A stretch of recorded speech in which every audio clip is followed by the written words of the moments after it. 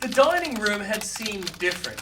I looked in. 4 elderly men with long beards were seated at the dinner places. I recognized one. I'd known Arthur was Japanese. I'd never noticed it, though, because Arthur was one of us. This old man was Japanese, and he was Arthur. Now that I was alerted to this, I looked more closely at the head of the table. It was Chris. Chris was smiling gently and invited me to join them for dinner. I backed away into the living room. Joffman said, "Come join us. It's the only way to free us of the curse." The body of a spider is soft and smooth. I felt this as I stepped back into the living room.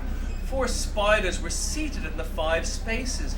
They had the faces of Chris, Arthur, Joffer, Big. Big, the old man, said that it was the curse. The only way to remove the curse would be to have dinner with them. My head swam. My legs ached as I walked to the remaining dinner place. A curse. I could free us. I still thought I was one of us. The dinner place was complete.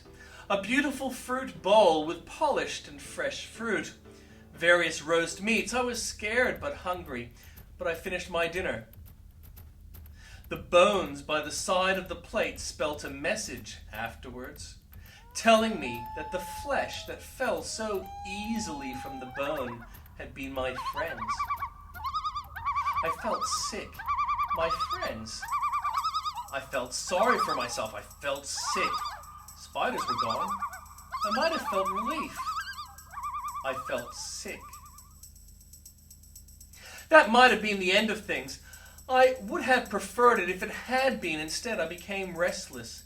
I wanted to go home. I wanted that I'd never gone to that house. I went to the door. Its lock was broken. The door was now ajar. It swung open easily, the door's skull hanging from the rope, knocking the door with a sharp report. Pausing to look at the space where my friends had so recently moved snow.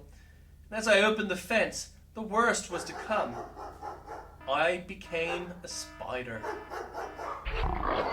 Spiders move so quickly. I was at home. The back door was unlocked, and I went upstairs to my room. The upstairs level of our house is a collection of 3 bedrooms and 2 toilets along a small corridor. To get to my bedroom, I had to walk past my sister's. I stopped at her doorway. She was playing, and she had her back to me.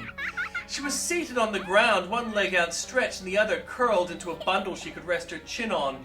She was absorbed in putting some of her Cindy fashions on my He-Man action figure. I think that was why I acted as I did, because she was misusing my toy. Spiders only require moisture and protein to live. I had my fill of protein but felt thirsty. My sister just seemed so juicy.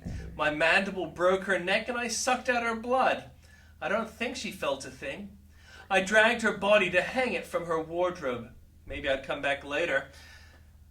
The bathroom was closer to the steps, and when I heard my mother coming upstairs, I hid in the bathroom. For some reason, I began to shrink. When she saw me, I was the size of a rather large spider, but not a monster anymore. She called out to my dad, even joked about bringing the elephant gun, which we didn't own. Then, because she realized I'd not been long in the bathroom, or because of some other reason, she went to check on my sister's room. Dad approached me with a rolled-up newspaper. Before he got his shot in, I heard my mother's screams. I guess she found sister. I might have been consolable if that were it, if my life had ended with the destruction of my spider self. But there was more to the curse. Although I held my life forfeit for my actions, I didn't die. I slept. I do not know for how long, but it was quite a while. I explored my world. To become a spider, it was necessary to step outside the gate. Inside the gate, I became an old man, just as my friends had become. I tried to warn people about the curse. They ignored me. I yelled at them and cast stones. They ignored me. I watched the street from the upper story windows. It was easier to see the street at night by streetlight. I could think then, plan to find a way out of the curse. A neighbor of mine, who was also a victim, came up with a clever idea of selling the house.